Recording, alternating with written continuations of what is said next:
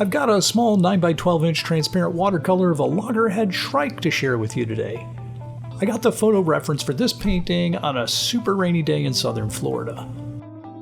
This painting was a bit of an experiment for me. I was working on some cold pressed paper rather than my usual Arches hot pressed paper. It was fun to try out something different.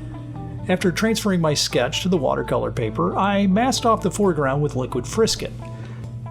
I pre-mixed my background colors with a gray-blue made of French ultramarine, dioxazine purple, and a touch of burnt sienna. For the branches, the brown was made from ultramarine blue, burnt sienna with a little bit of dioxazine purple.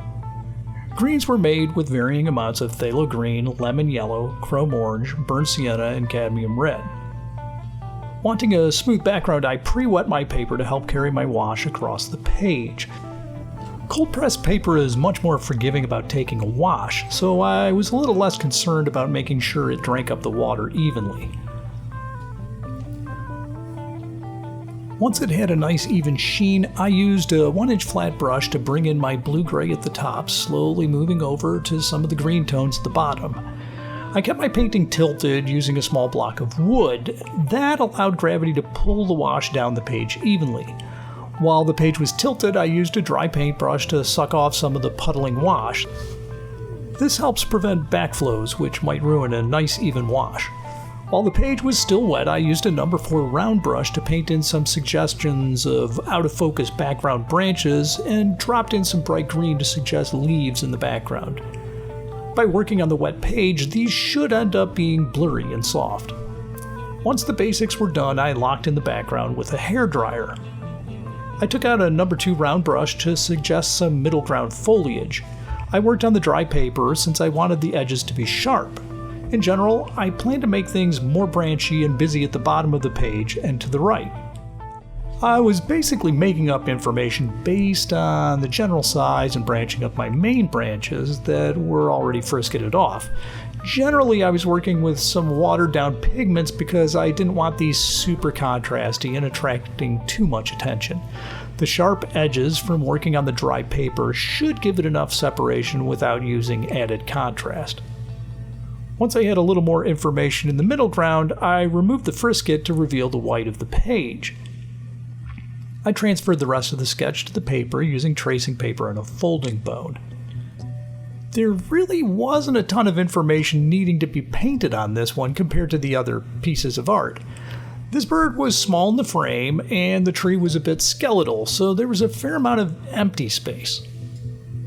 With such a small amount of foreground elements, it was going to be important to get all those parts just right and to have the detail in the proper places. Ideally, those branches will act like little highways of interest to follow through the painting. Initially, I wanted to cover up most of the white, other than a few areas spared for the bird's brow, a highlight on the eye, and a few sunny spots on the branches and leaves. I was trying to keep my green tones more muted on this painting, always thinking about holding back saturation by adding a split complement. Mostly this was done with chrome orange and burnt sienna being added to phthalo green and varying amounts of lemon yellow. For the branches, I was using my pre-mixed background branch color and modifying that as I went. It was mostly varying amounts of burnt sienna, ultramarine blue, dioxazine purple, and occasional hints of my green colors from the palette. Since the detail was such a small area, I was often switching between a sharp number 2 round and a 10-aught brush. You can see from my Butcher's Tray palette that I'm using many glazes of fairly transparent color, getting slowly more opaque and darker as I go. That Butcher's Tray is great because you can read the color so well and know exactly what you're putting on the page. I didn't spend a lot of time looking at my photo reference on this one. I was making up a lot of the lighting. My photo was not great. It was a super rainy day and I took the photos out of the car window. It had white skies and the branches and the bird were dripping with water. The lighting in general was very flat with soft shadows. I wanted to inject some color to the sky, yet have something that would allow the bird to still pop off the page a bit. Rounding out the shrike's belly was a challenge. Getting a realistic shading on white plumage is tough. You want to have enough color to make it interesting without suggesting that it is actually another color. With the gray-blue of the sky and some of the green foliage, even though it was sparse, I chose to push the shading in a slight green direction. This was the first background that I've worked on using cold-pressed paper in a long time. It really takes a wash easily and predictably, and it is a great surface for learning watercolor. You have to be much more careful on hot-pressed paper. Your technique and timing needs to be much more precise.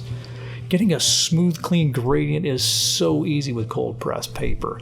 You have to be much more aware about exactly how wet the page is and how it's soaking in when you use hot-pressed paper. Your margin for error is greater with cold press, and your working time is extended dramatically. Late in the painting, I started adding some tiny sparks of really dark pigments to add contrast and selectively pull the viewer's eye around a bit more. I saved my maximum contrast for the shrike's face and where the wings and tail met the belly. I have other places where I added some extra dark shading to the leaf bundles and some portions of the branches. After some more picking around, I thought it was pretty much finished and I signed it. I was pretty happy with this experiment on the cold press surface, but I'm not 100% happy with the paper, and that bumpy surface kind of gets in the way at times.